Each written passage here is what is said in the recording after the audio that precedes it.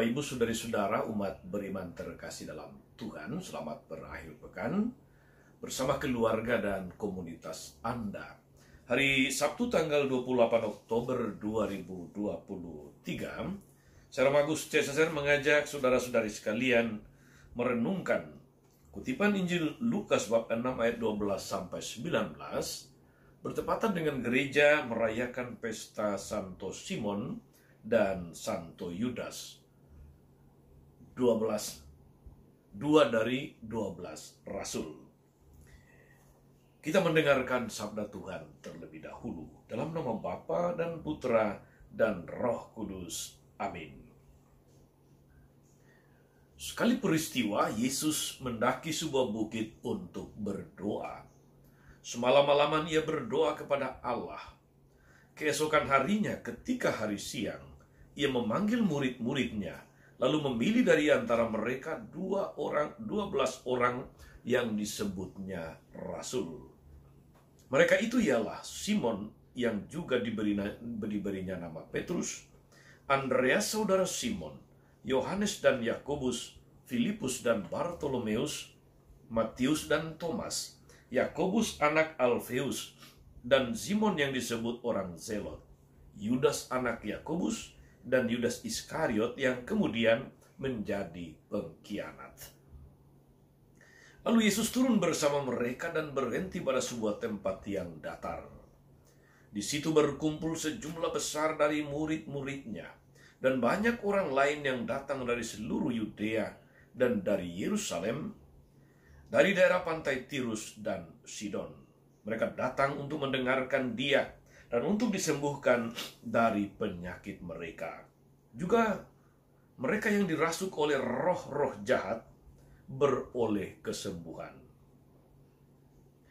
Dan orang banyak itu berusaha menjamat Dia, karena daripadanya keluar suatu kuasa dan semua orang itu disembuhkannya. Demikianlah sabda Tuhan.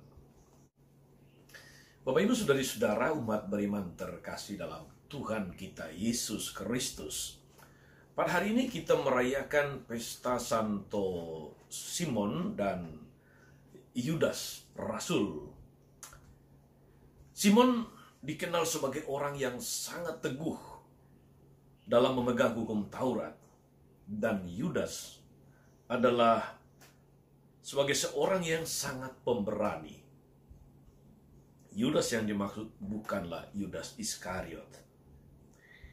Mereka semua membaktikan jiwa raga untuk Kristus dengan meninggal sebagai martir. Mati untuk Tuhan. Mati karena pewartaan kabar baik. Maka merayakan 2 orang rasul ini, saudari-saudara, seakan-akan kita diajak untuk kembali menegaskan semangat dan arah hidup kita sebagai murid-murid Kristus. Sebagai murid Kristus kita dipanggil untuk meneruskan karya-karya Tuhan, karya-karya Yesus. Kita tidak dipanggil untuk menjadi pengangguran. Kita tidak dipanggil untuk menjadi pasif. Kita tidak dipanggil untuk kemudian tenang-tenang saja. Kita dipanggil menjadi muridnya untuk diutus, meneruskan karya-karya Tuhan di tengah dunia saat ini. Maka tentu saja bahwa kita diharapkan meneruskan karya-karya itu sepenuh hati dan siap menghadapi segala macam resiko, konsekuensi. Saudari-saudara terkasih dalam Tuhan, dalam Injil hari ini, Yesus mengajar sambil menyembuhkan orang-orang yang sedang sakit. Dari peristiwa ini menjadi jelas bagi kita bahwa dalam kehidupan harian kita, pewartaan kabar gembira tidak cukup hanya dengan kata-kata, tidak cukup hanya dengan khotbah, tetapi perlu tindakan-tindakan yang nyata, tindakan-tindakan konkret. Tindakan nyata sebagai perwujudan iman yang hidup, bukan hanya menjadi khotbah yang sangat efektif, melainkan juga akan mampu membawa perubahan hidup, akan menggerakkan untuk perubahan hidup. Dari suasana hidup yang kurang nyaman menjadi nyaman. Mereka yang putus asa kembali memiliki pengharapan. Mereka yang takut dan minder menjadi percaya. Kita semua saudara-saudari adalah rasul-rasul zaman ini. Zaman sekarang yang diutus untuk mewartakan kerajaan Allah dan membawa perubahan ke arah yang lebih baik. Entah itu di tengah keluarga, entah itu di tempat kerja, entah itu di tengah masyarakat, entah itu dalam gereja, dan berbagai macam situasi serta persoalan yang ada di dalamnya. Kita dipanggil sekaligus diutus untuk bersaksi. Moga-moga saudara-saudari dengan merayakan Santo Simon dan Yudas, kita semua diteguhkan untuk menyadari tugas tanggung jawab yang datang dari panggilan sebagai murid Yesus.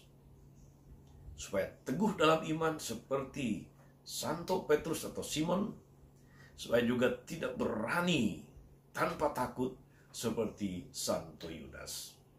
Moga-moga saudari-saudara, kita semakin disemangati untuk menjadi murid-murid Kristus yang bersaksi dan berbuah di tengah dunia. Tuhan Yesus memberkati. Amin. Allah Bapa yang penuh kasih, kami bersyukur untuk panggilan-Mu untuk melibatkan, untuk mengikut sertakan kami di dalam segala perutusan-Mu. Kuatkan kami, supaya kami menjadi murid-murid yang mau ambil bagian, murid-murid yang tidak memilih diam, murid-murid yang tidak memilih cuek atau pasif, tetapi dengan berani, tanpa takut, mau ambil bagian dalam karya-karya-Mu di tengah keluarga, di tempat kerja, di dalam gereja, dan di dalam masyarakat kami.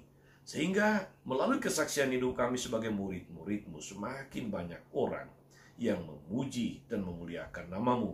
Semakin banyak perubahan hidup yang akan hadir di tengah-tengah kami. Terpujilah nama-Mu sepanjang segala masa. Amin. Saudari-saudara sekalian, berkat Allah turun atas saudari-saudara.